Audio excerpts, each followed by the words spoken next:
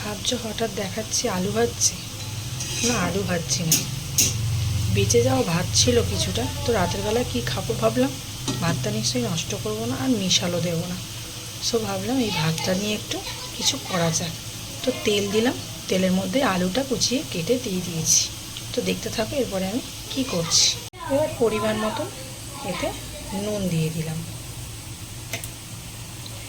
নুন দেওয়ার পরে এর মধ্যে পরিমাণ মতো হলুদ দিয়ে দিলাম,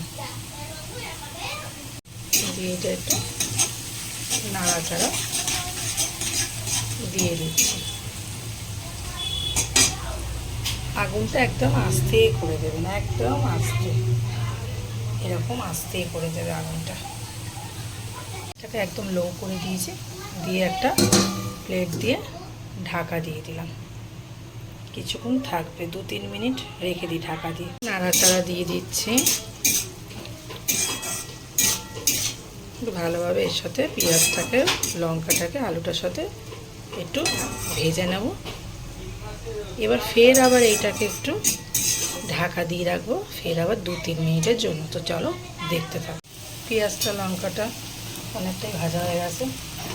এবার একটা বড় সাইজের টমেটো দিয়ে দেবো, একদম যতটা পারবে কুচিয়ে টমেটোটা দিয়ে দেবো।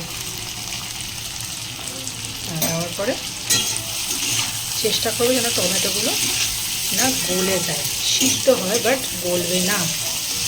হালকা হালকা করে একটু নাড়িয়ে দিয়ে ফের 2-3 মিনিটের জন্য এটাকে আবার বসতে দিলাম। এতে আমি তিনখানা ডিম এর মধ্যে দিয়ে দিলাম। এবার আমি একটু এটা অপেক্ষা করব, একটা সাইড, নিচের সাইডটা আমি একটু ভাজতে দেব। নিচের সাইডটা ভাজা হয়ে গেলে কি হবে, একটা সাইড ভাজা হয়ে গেলে এরপর উল্টে পাল্টে একটু নাড়াচাড়া দিয়ে ঝুড়ো মতন করে নেব। তো দেখতে থাকো।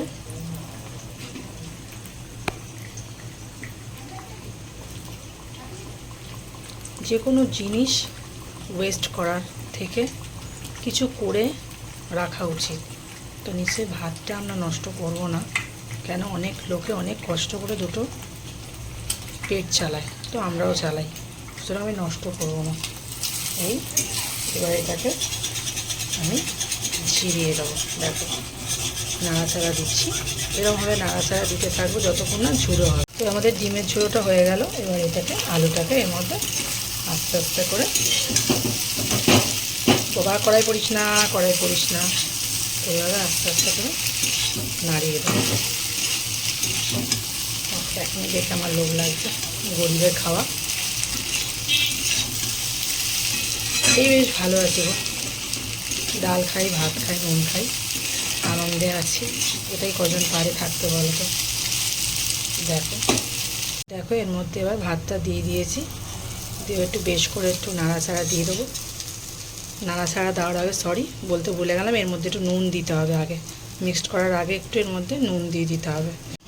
মানে ভাতটুকুর পরিমাণ মতন একটু লবণ দিয়ে দিতে হবে, কেন সব কিছুতেই নুন দিয়েছি তোমরা দেখলে। এবার এর মধ্যে তোমরা চিনি অ্যাড করতে পারো, এবার যারা চিনি খাবে, পছন্দ করো সব কিছুতে মিষ্টি, তারা করতে পারো। আমি দিতাম বাট দেবো না, আমার মেয়ে খাবে না, ভালোবাসে না অত।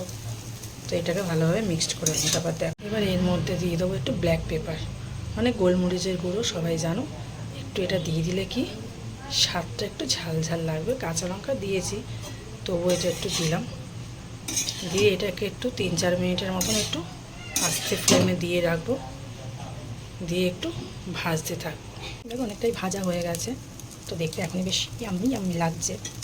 তো দেখো তোমরাও এরকম ট্রাই করতে পারো, জানি না তোমরা খাও কি না, তবু আমি করে দেখালাম। হয়তো খাচ্ছি, তোমাদেরকে শেয়ার করবো না, তাই জন্য করে দেখালাম। তো আমিও 2-3 বার করেছি, এই নিয়ে মনে 4 বার করেছি। তো মেয়ে বললো খাবে, তো তার জন্য করলাম। তো ভিডিওটা তো দেখলে, এবার লাস্ট অবধি সার্ভ করে তোমাদের দেখাচ্ছি। ভালো লাগলে লাইক, কমেন্ট, শেয়ার, আর পারলে প্লিজ আমার চ্যানেলটাকে সাবস্ক্রাইব করে দিও। তোমরা আমার পাশে থেকো, তাহলেই আমার যথেষ্ট, আর কিছু লাগবে না। তো টাটা, গুড নাইট। আমি সার্ভ করে লাস্ট ভিডিওটা শেষ করব। তো দেখো আমার ভাত ভাজাটা কমপ্লিট। তো থালাটা কে ধরে আছে একবার দেখে নাও, আমার বর আর এই যে আমার মেয়ে খাওয়ার জন্য রেডি। গরিবের খাওয়া হতে পারে, কিন্তু এতেই আমরা অনেক শান্তিতে আছি আর হ্যাপি আছি। তো তো টাটা, গুড নাইট। ভালো লাগলে লাইক, কমেন্ট, শেয়ার, পারলে আমার চ্যানেলটাকে সাবস্ক্রাইব করে দিও।